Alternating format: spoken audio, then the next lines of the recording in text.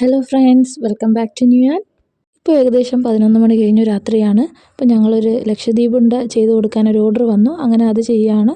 അതിനായിട്ട് ഒരു വലിയ പാത്രത്തിൽ നമ്മൾ കടയിൽ നിന്ന് വാങ്ങുന്ന ശർക്കര വെള്ളത്തിൽ ചേർത്ത് അലിയിച്ച് അത് നന്നായിട്ട് അലിഞ്ഞതിന് ശേഷം അതിലേക്ക് നമ്മുടെ തേങ്ങാവെള്ളം ചേർത്തു. അതും ചേർത്ത് നന്നായിട്ട് ഇളക്കി തിളച്ച് വറ്റി വരുന്നത് വരെ ഇളക്കിക്കൊണ്ടിരിക്കുകയാണ്. ഇളക്കി നന്നായിട്ട് കുറുകി വരണം. സാധാരണ ലക്ഷദ്വീപ് ഉണ്ട ഉണ്ടാക്കുന്നത് തെങ്ങിൽ നിന്ന് എടുക്കുന്ന ശർക്കര കൊണ്ടാണ്. അതുകൊണ്ട് തന്നെയാണ് അതിന് പ്രത്യേക ടേസ്റ്റും വരുന്നത്. പക്ഷെ നമ്മളിപ്പോൾ ഇവിടെ ചെയ്യുന്നത് നമ്മുടെ കടകളിൽ നിന്ന് വാങ്ങുന്ന സാധാരണ വാങ്ങുന്ന ശർക്കര കൊണ്ടാണ് ചെയ്യുന്നത്. ലക്ഷദ്വീപ് ഉണ്ടയുടെ പേരിൽ ഞാൻ വേറെ പലതും കഴിച്ച് നോക്കിയിട്ടുണ്ട്. അതേ പേര് വരുന്നതും അതേ പാക്കിങ്ങിലൊക്കെ വരുന്ന ഹൽവ ഞാൻ കഴിച്ച് നോക്കി. അതിലൊക്കെ ചേർക്കുന്നത് നമ്മുടെ സാധാരണ തേങ്ങയാണ്. പക്ഷേ ലക്ഷദ്വീപ് ഉണ്ട ചെയ്യുമ്പോൾ സാധാരണ തേങ്ങ നമ്മൾ കറിയിലിടാനോ അല്ലെങ്കിൽ ചമ്മന്തി അരയ്ക്കാനോ ഉപയോഗിക്കുന്ന ആ ടൈപ്പ് തേങ്ങയല്ല ഉപയോഗിക്കുക.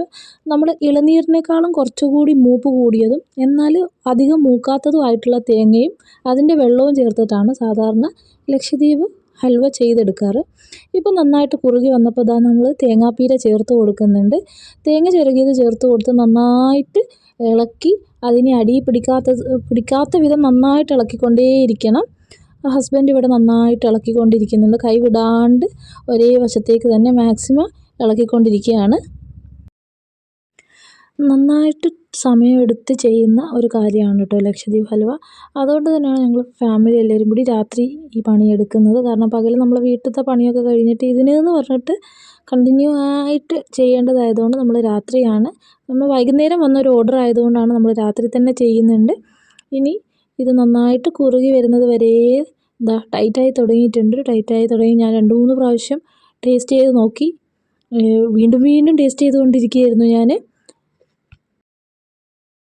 കണ്ടോ, അത് നന്നായിട്ട് കളറൊക്കെ മാറി പാത്രത്തിൽ ചൂടോടെയാണ് കേട്ടോ ഇവർ ഉരുട്ടിയെടുക്കുന്നത്. ഉമ്മയും ഉമ്മൻ്റെ അനിയത്തിയും കൂടിയിട്ട് നല്ല ചൂടോടെ തന്നെ ഉരുട്ടിയെടുക്കുകയാണ്. കയ്യിൽ കുറച്ച് എണ്ണ തടവി ആ ഒരു ചൂട് പോകുന്നതിന് മുമ്പ് തന്നെ ശർക്കര ആയതുകൊണ്ട് തന്നെ അത് പെട്ടെന്ന് ഉരുട്ടിയെടുക്കണം.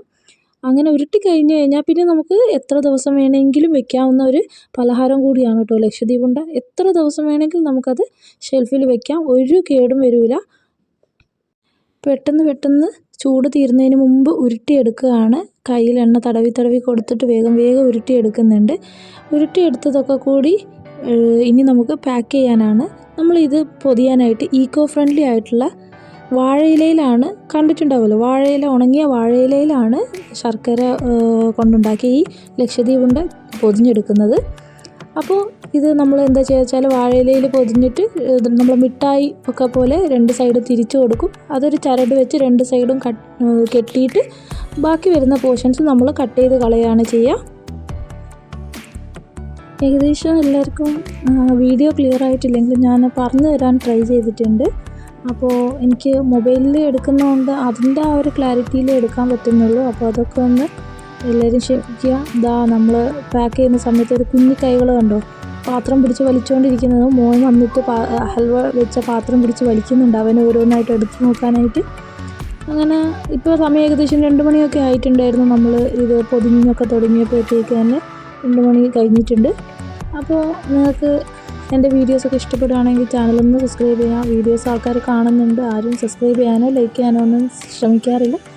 ഒന്ന് ലൈക്ക് ചെയ്ത് സപ്പോർട്ട് ചെയ്യുക, സബ്സ്ക്രൈബ് ചെയ്യുക, ഫാമിലിക്കൊക്കെ ഒന്ന് ഷെയർ ചെയ്ത് കൊടുക്കുക. അപ്പോൾ എന്തായാലും പുതിയ വീഡിയോ ആയിട്ട് വരാം.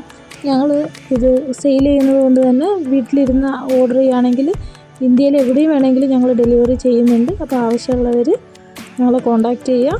അപ്പോൾ പുതിയ വീഡിയോ ആയിട്ട് വീണ്ടും കാണാം. അതുവരെ ബൈ.